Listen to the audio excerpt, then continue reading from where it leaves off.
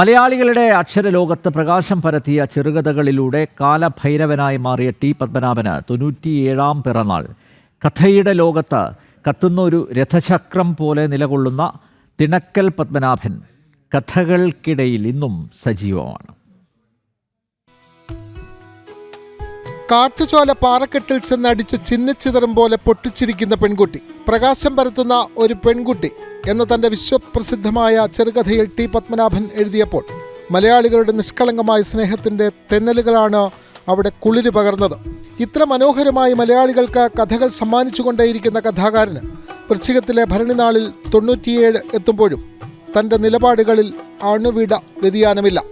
ജീവിതത്തിൻ്റെ വേറിട്ട മുഖങ്ങൾ ഗൗരിയിലൂടെയും ശേഖുട്ടിയിലൂടെയും മഖൻ സിംഗിലൂടെയും അദ്ദേഹം നമുക്ക് വരച്ചു കാട്ടി.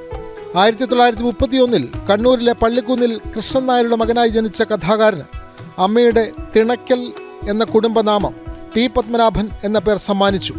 കടൽ പോലെ മനസ്സ് നിറയെ ജീവിത മുഹൂർത്തങ്ങൾ അലയടിക്കുന്നുണ്ടെങ്കിലും നോവലിന് പകരം ചെറുകഥകൾ മാത്രമേ എഴുതൂവെന്ന് നിർബന്ധമുള്ള ടി പത്മനാഭൻ ഇന്നും കഥാലോകത്തെ കാലഭൈരവൻ തന്നെ. പെരുമഴ പോലെ നളിനകാന്തി പകർന്ന് പ്രകാശം പരത്തുന്ന ഒരു പെൺകുട്ടി ഇന്നും മലയാളിയുടെ കഥാലോകത്ത് ഭദ്രമാണ്. ഇതിന് 97-ന്റെ തൻ്റെ ഇടമോടെ ടി പത്മനാഭൻ സാക്ഷി. കൾച്ചറൽ ഡെസ്ക്, ജനം.